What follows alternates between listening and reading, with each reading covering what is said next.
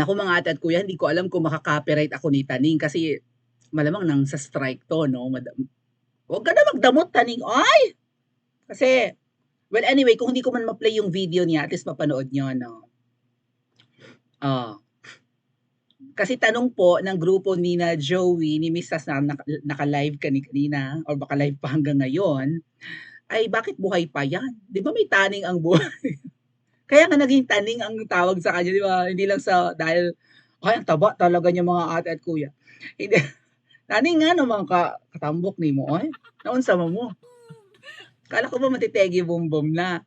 O bigyan ko kayo ng konting glimpse ng ka-cute-an ngayon ni Taning. Pero ay, apaka-cute naman talaga. Parang teddy bear 'no? Murag teddy bear si Taning 'no? Ka-cute biya sa iya ha. Murag Buddha 'no?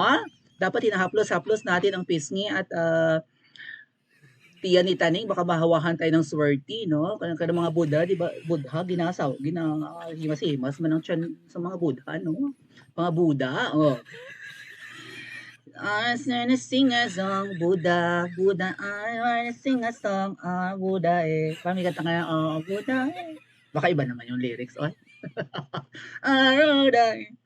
Anyway, nag-live si Tan. Apaka-cute biya ni Taning, no? Murag deliver talaga. Namurok daw si Tan. Burok-burok kaayo si Taning, oy. Nag-live finally. Ito yung salamat po Ate Mia. So, sinagot yata ni na Sas kailan siya nag-live at sabi nga po puro ad hominem ang tira ni Taning dito kung kailan nag-aral sa UK. This was 6 hours ago. Tulog pa ang aking diwa. Nagigising ko nga lang live agad ako eh, no? Hindi sabi ko kailan mag-react ako dito. And then ngayon nga po sinasagot ni na Sas at saka ni na Joey itong live ni Taning.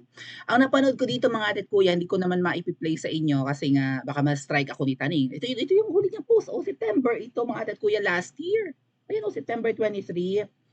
Taning talagang marami kaming sumisilip sa mga ganap-ganap mo, nag-aabang ng updates mo, wala kang ganap.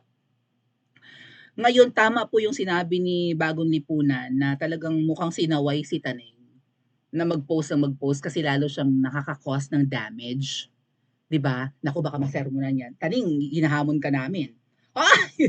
Miss Sas! Miss Joey! Hoy, Kuya Roy, lahat ng mga nababanggit or nagiging topic, i-download yun na ang video ni Taning. Baka i-take down na naman niya ite. Ginoo ko, kailangan i-download yung ite chiwa. Baka mamaya iburahin niya eh. Di ba mahilig magbura ng live ito para walang ebidensya at prowiba. Lalo na't sinasawayan ng di ba daw, sabi ng puting sinasaway daw yan, nakaka-cause daw ng damage kapag nagpo-post. May isa kasing post si Taning about a party na may picture siya, 'di ba? Maybe nandito 'yun sa Thinking Pinoy niya. Tingnan natin, baka mahanap ko ha. Tingnan natin sa photos na, nag-upload siya ng photo na sina Popsicles ay nagpa-party-party. Baka nandito 'yan, makita natin. Opera niya ng kanyang retoke ng asan na 'yun? Nagpa-retoke si Taning ng kanyang cyst. Ano na yun dito? Baka sa RJ Nieto niya pinost. Si Ma'am Shikels, si Sandra. Basta may picture na in-upload si Taning, mga ate at kuya, na parang nagpa-party si Anes. May inumang nagaganap. Ito rin yung picture pala, ito rin yung picture na may kamay ng babae. Ito may kamay ng babae, zoom natin. In-upload ni Taning, dito na bisto na yung kamay ng babae ay girlfriend ni Sandro. Ito may hawak na chopstick mga ate at kuya. Ito kamay ng babae yan, di ba? Ito ay yung rumored girlfriend ni Sandro na si Alexa Miro. This was in Japan, February 8. Ayan si Taning, super kain sa kung ano man niyang kainan sa Japan. Na may pa-apron pa ang ganap. Ang manager nando, nakikita ko, parang manager yung isa doon, whatever. Kamay ni Alexa Miro to. Nung may nag-upload ng buong photo, kinrap ni Taning para hindi makita si Alexa. Baka insecure siya sa ganda ni Alexa. So again, kaya siguro siya hindi na nagla-live, nagpo-post sa Thinking Pinoy. Baka lalo siya nakaka-cause ng damage sa pamilya ni Popsicles. And also may picture siyang in-upload na parang nasa party, na 'di ba mahilig na mag-party ang mag-asawa. O nakikipag-social bonding and nakikipagsosyalan si Taning doon. So sa live niyang 'to, yabang na yabang siya na si Sas daw ay nangungutang sa kanya ng 100,000.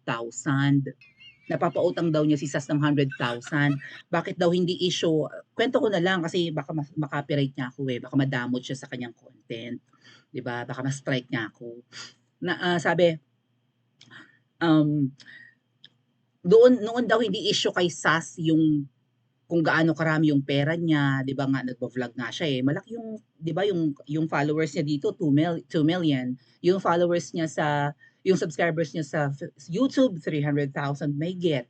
So marami talaga pong pera si Taning. At ang kwento niya 9 years na siyang nagvo-vlog, pagod na siya, ayaw na sana niya kaya lang kailangan niyang sagutin si Sas. Kaya napilitan siyang mag-live kanina 6 hours ago. No, ba't daw hindi issue kay Sas noong may pakinabang pa si Taning sa kanya kay Sas? Bakit ngayon issue daw kay Sas na mayaman na si Taning? Kasi nga Taning, tumigil ka sa pagbo-vlog. Tapos apakayaman mo, lalo kang yumaman. Nung nagla-live ka, sabi ni Sas, kumikita ka ng 250,000 sa mga stars, sa mga patip-tip. O, bukod pa yung mga pakulay-kulay sa YouTube, malamang, no? Kasi dalawang platform ang pinagkakakitaan ni Taning being a blogger and vlogger. Facebook and YouTube, hindi katulad ko, ang liit ng channel ko sa YouTube, hindi ko rin pinagkakakitaan ng Facebook. Na may nag-suggest nga niyan sa akin isang ate ko na bakit hindi ka mag-live na lang sa Facebook at baka ma-monetize ka doon. Ang higpit po kasi ng Facebook mga ate at kuya.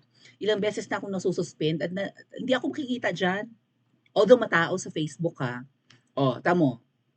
Si Taning nag-live dito pero ang daming angry react. May mga angry na react.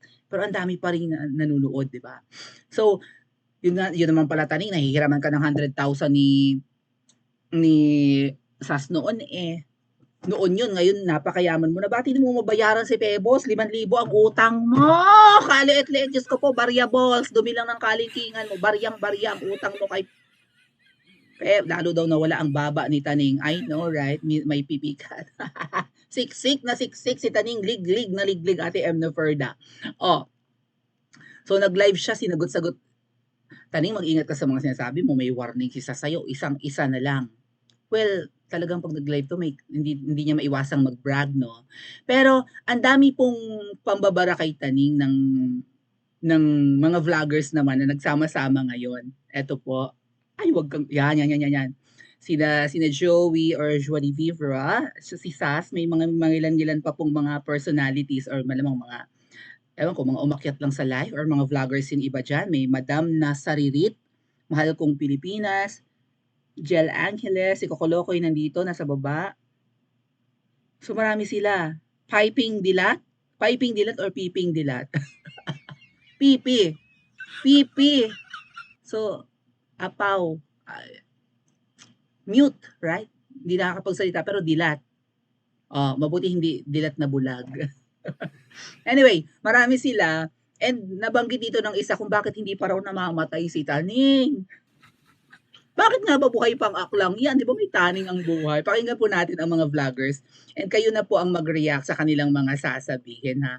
Actually, marami silang hindi ko nga natapos pang panoorin to eh. Pero ito yung mga ilan sa nakita ko ng mga medyo intriguing na mga comments sila, malamang response doon sa live ni Taning. O, papanoorin ko pa yun ha. Simula pa lang napapanood ko sa vlog ni Taning. Magre-react pa ako sa mga susunod na vlog natin. Okay, let's listen. Pakiramdam ko si Titi kasi in-underestimate niya yung cards niya. Nakakala niya itong opportunity na to, ito lang yung parang golden opportunity na once in a lifetime. Yung cards niya dati, yung kung anong meron siya dati, marami pang opportunity na baka nga mas maganda yung terms na hindi niya kailangang mawala yung tiwala sa kanya ng mga tao eh. Sa laki ng influence niya dati, sa power na meron siya dati. For sure, ang dami pang opportunity na baka mas maganda pa ang terms na hindi mawawala yung tiwala sa kanya ng mga tao. Hindi importante sa kanya yun, Kuya Miko. Coco, actually, tumatanda na raw siya at may Taning na nga. May presyo ang lahat. Hindi actually, maganda yung opportunity niya ngayon. Pero he cannot combine kung ano yung thinking Pinoy. He could have just RJ Nieto resign from blogging, and then that's it. And then we need to worry about people questioning your still questioning your credibility, etc. Kasi lalagi ka na sa tahimik eh. You know, you're gonna build a different life. Pero kasi ngayon, alam kong hindi niya maiwanan yung Thinking Pinoy because it has such a huge part of his life. And makikita mo naman yung struggle, no? Makikita mo yung struggle niya na, hello naman RJ, alam ko namang hindi ka aanga-anga. Alam ko namang nakikita mo ang nakikita namin. Parang, pero nahihirapan kang mag-positioning because yung kalagayan mo ngayon. Di ba? So, hindi mo siya pwedeng pagsabayin ngayon eh. So, kung gusto niya mag-Thinking Pinoy noon, he could have been consistent and then that's it. Kung gusto niya ngayon yung nakakuha siya ng golden ticket to Willy Wonka Chocolate Factory, then just pursue it. Pero wag mo kaming ikot-ikutin. The same. May term siya dyan. May lagi siya sinasabi dyan. Ano ba yun yung you can't have your cake and eat it too? Di ba lagi niya yung sinasabi? Yung parang hindi mo makukuha lahat. True, ayan. Kunwari ako si TP, tapos pareho kami ng mindset. TP, naiintindihan kita. Sige na nga, kasi minahal ko si TP as a fan. Di, ganito na lang. Sige na TP, iintindihin kita. Alam ko na sukang-suka ka, TP. Pero syempre, kung magsasalita ka ngayon, TP, titirahin ka. Ganun lang yun. At alam ko, maybe in due time, masasabi mo rin yan kasi chismosa ka rin, Be. Kaya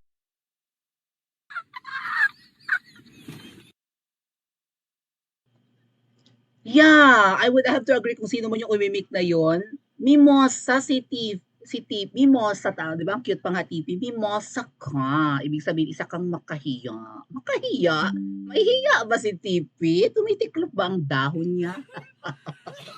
Mimosa kasi ang tawag sa amin sa mga chismosa. Marites kung sa iba, di ba? Mas cute naman yung sa amin. So, yeah, mahilig sumagap ng chismis. Imposibleng walang mga nakakarating kay TP. Di ba dati, siya yung number 1 political blogger sa Pilipinas. Siya yung maraming sources. Siya yung unang nakakasagap ng mga political marites, ng mga mainit-init na scoop. Ngayon, hindi siya makapag-vlog patungkol dyan. Baka nabawasan na rin yung kanyang mga connections ng yung mga sources, yung mga nagtitimbre sa kanya ng mga ganap-ganap. Kasi kasira ang kredibilidad niya eh. Nambablock nga siya kanina, yung live niyang to, nambablock siya dito mga ate at kuya. May binablock na naman siya. Ano ba yun, ang ingay. May hindi siya mang-block pag nagla-live, di ba? Siguro pag minahagip yung mata niya na commenters na pinupulaan siya or kinokontra siya. One time, merong nag-comment sa kanya, mga ate at kuya, na akala niya hindi nagkikriticize sa kanya, akala niya maganda lang yung akala niya maganda yung tanong, nahirapan siyang sumagot. At nahuli, madaling mahalata ito pag nagsisinungaling. Nagbabakel-bakel ito nagsastutter ito pag nagsisinungaling, nag-iisip kung paano maglulubid ng buhangin. Taning, matagal nang maraming nag-o-observe sa'yo kasi marami kang fans. Sabi mo nga, 9 years kang vlogger. So, di ba, basang-basa ka ng mga fans mo. Even di ba, na matagal nang nakasubaybay sa'yo, panahon pa ni Pangulong Duterte, basang-basa namin kung kailan ka nagsisinungaling. O, paano ang yaman-yaman mo ngayon? Hindi ka na naman na nagba-vlog, saan ang gagaling ang result? Nauubos. Mga ate at kuya, pinag-aaralan sa economics yan. Kahit ang mga Ayala, mga Zobel, mga di ba, yung mga higanteng apelyido sa Pilipinas, ang resources nila scarce, pwedeng maubos. Okay, hanggang up to 10 generation. Di ba, up to 10 generation hindi sila maghihira. Pero mga ate, sino ang nakapag-anticipate ng kubida? Biglang nagka-pandemic. Sa tingin nyo, hindi na bawasan ng bonggang-bongga ang yaman ng mga yon? Hindi nila na-expect yun, di ba? Nobody expected na magkakaroon ng pandemic. Kaya yung yaman na yan, nauubos yan. Kahit papag-aari mo ang buong mundo, kahit yaman ng buong mundo nasa iyo, mauubos yan. Pwedeng maging scarce ang resources mo. Tinatamad ng mag-vlog kaya lang napilitan nga daw siya kasi, di ba, hindi na niya kayang i-tolerate ang pambabatikos ni Sons. Kakaloka. At bakit ka nga naman buhay pa, Taning? binura mo naku, kung ako sa inyo, i-save nyo na tong video na ito mga adet kuya, screen record nyo na to, lalo sa mga vloggers dyan, screen record nyo na to. Oh, baka burahin niya eh. Yung kanyang video dati na nasa US yan, na nag-iyak-iyak na lasing, na sabi niya, may taning na ang buhay ko. Tanong niyo kay Miss Marlica. Alam niyo Miss Marlica yan eh. May taning ng buhay ko. Ako nakakain ng Shopart. Paano naman yung mga kababayan natin? Gusto ko naman ang mangyari sa buhay ng mga kababayan. No? Galing umiyak nito mga adat kuya. Artistahin level. Umiiyak ito sa live. Kaya magpatulo ng crocodile tears. Kabog. So, ayun nga, ang crocodile tears mo, ibig sabihin, peke ang luha mo, keme-keme kang apektado sa mga ganap-ganap, di ba? Galing umiyak ni Taning, maraming reserbang asin sa katawan. Di ba yung luha naman ng buhaya, pag-release ng asin sa katawan. Yung crocodile tears kasi hindi totoong luha yun na nalulungkot ang buhaya. Kundi kailangan lang nilang ilabas yung salt and yung fluid na maalat sa katawan. Hindi talaga sila nalulungkot yung buhaya. Kaya peking luha yung sa buhaya, mga dad kuya. Nilalabas lang nila yung asin ng katawan through, di ba, tears, ganyan.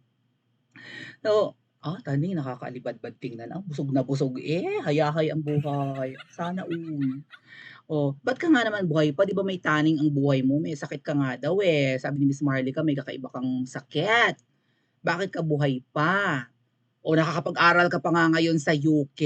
Ano, kapike-peke ang Taning, yung pag-iyak-iyak. Kaya mo binura yung video mong yun kasi nadulas ka. Baka nga may sakit ka.